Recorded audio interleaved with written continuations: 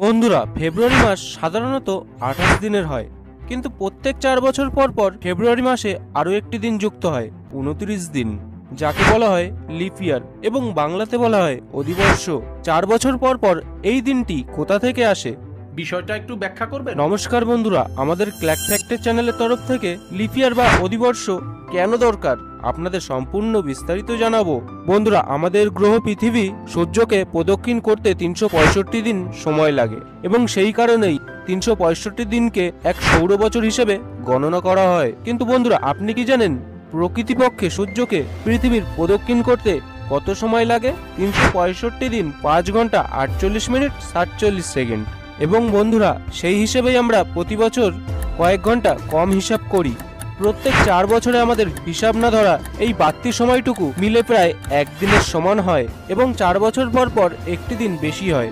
এই দিনটি বছরের সবথেকে ছোট মাসে ফেব্রুয়ারি মাসে যুক্ত হয় 29 দিন এবং একে লিপ ইয়ার বা অধিবর্ষ বলে। বন্ধুরা, অধিবর্ষ বা লিপ ইয়ার 365 দিনের জায়গায় 366 দিন গণনা করা হয়। লিপ ইয়ার বা অধিবর্ষ কিভাবে গণনা করা হয় তা নিয়ে একটি জটিলতা আছে। অধিবর্ষ নির্ণয়ের প্রধান সূত্রটি হলো যে সমস্ত বছর 4 দ্বারা বিভাজিত হয় সেগুলি লিপ ইয়ার বা অধিবর্ষ হয়। যেমন বন্ধুরা, এই বছরগুলি 4 দ্বারা বিভাজিত করা যায়, তাই বছরগুলিকে লিপ ইয়ার বা অধিবর্ষ বলা হয়। কিন্তু বন্ধুরা, আপনি কি জানেন এই নিয়মের কিছুটা ব্যতিক্রমতা আছে? বন্ধুরা, ব্যতিক্রমটি হলো যে যেসব বছর 100 দ্বারা বিভাজিত হয় কিন্তু 400 দ্বারা বিভাজিত হয় না, সেই বছরকে লিপ ইয়ার হিসেবে গণনা করা যায় না।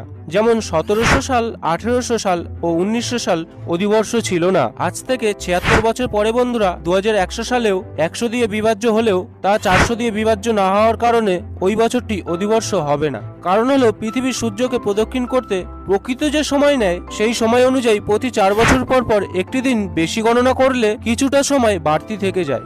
এই সামান্য সময়টুকু জমতে জমতে প্রত্যেক 400 বছরে 3 দিন বেশি হয়ে যায়। এই বাড়তি 3 দিনকে বাদ দিতে ব্যতিক্রম সূত্রটির মাধ্যমে বন্ধুরা প্রত্যেক 400 বছরে 3টি লিপ ইয়ার বাদ দেওয়া হয়। পৃথিবীর যে সময় সূর্যের চারপাশে একবার ঘুরে আসে, তারপর ঋতু পরিবর্তন ও অন্যান্য মহাজাগতিক ঘটনাবলী নির্ভর করে। পৃথিবীর ঘূর্ণায়নে এই প্রক্রিয়ার সঠিক সময় হিসেব না রাখলেও ঋতুচক্র সহ আমাদের অনেক গুরুত্বপূর্ণ বিষয়ে হিসাবে গরমিল হয়ে যায়। বন্ধুরা, অতীতে রোমান সাম্রাজ্যের বর্ষপঞ্জিতে 355 দিন হিসেবে গণনা করা হতো। নির্দিষ্ট ঋতুতে নির্দিষ্ট দিনে উৎসবে পালন করার সুবিধার্থে তারা প্রতি 2 বছর পর পর তাদের ক্যালেন্ডারে 22 বা 23 দিনের এক নতুন মাস যুক্ত হতো। এবং বন্ধুরা, আপনাকে জানিয়ে রাখি, ক্যালেন্ডার শব্দটি ক্যালেন্ড থেকে নেওয়া হয়েছে এবং ল্যাটিন ক্যালেন্ডিয়াম শব্দের অর্থ হলো হিসাবের খাতা। এই নিয়মকে সহজ করার জন্য রোমান শাসক জুলিয়াস সিজার 365 দিনের বছরের হিসাব চালু করে এবং বন্ধুরা প্রত্যেক 4 বছর পর পর একদিন অতিরিক্ত দিন লিপ ইয়ার হিসেবে ধারণা করা হয়। কিন্তু বন্ধুরা, জুলিয়াস সিজারের প্রচলিত বর্ষপঞ্জিতে কিছুটা ত্রুটি ছিল। তৎকালীন বন্ধুরা রোমানদের হিসাব অনুযায়ী প্রতি বছর 11 মিনিট 13 সেকেন্ডের বেশি গণনা করা হয়েছে। সামান্য এই সময়ের তারতম্য কিছু মনে না হলেও এই বাড়তি সময়ের কারণে 1483 বছর পর সম্পূর্ণ 11টি দিন অতিরিক্ত হয়ে যায়। এই সমস্যা সমাধান করার জন্য 1582 সালে রোমানের জুলিয়াস সিজারের তার আমল থেকে ধারণা আসে যে প্রতি 400 বছরে 100টি নয় 97টি লিপ ইয়ার প্রয়োজন। তাই তখন থেকেই বন্ধুরা প্রত্যেক 400 বছরের মধ্যে 3টি অধিবর্ষ বা লিপ ইয়ার বাদ দিতে হয়। নমস্কার বন্ধুরা, ভিডিওটি দেখে আপনার কেমন লেগেছে তা কমেন্টে জানাবেন এবং বন্ধুরা, আপনি যদি আমাদের চ্যানেলে নতুন হয়ে থাকে তাহলে সাবস্ক্রাইব করে পাশে থাকা বেল আইকনটি টিপে দেবেন। Thank you watching this video.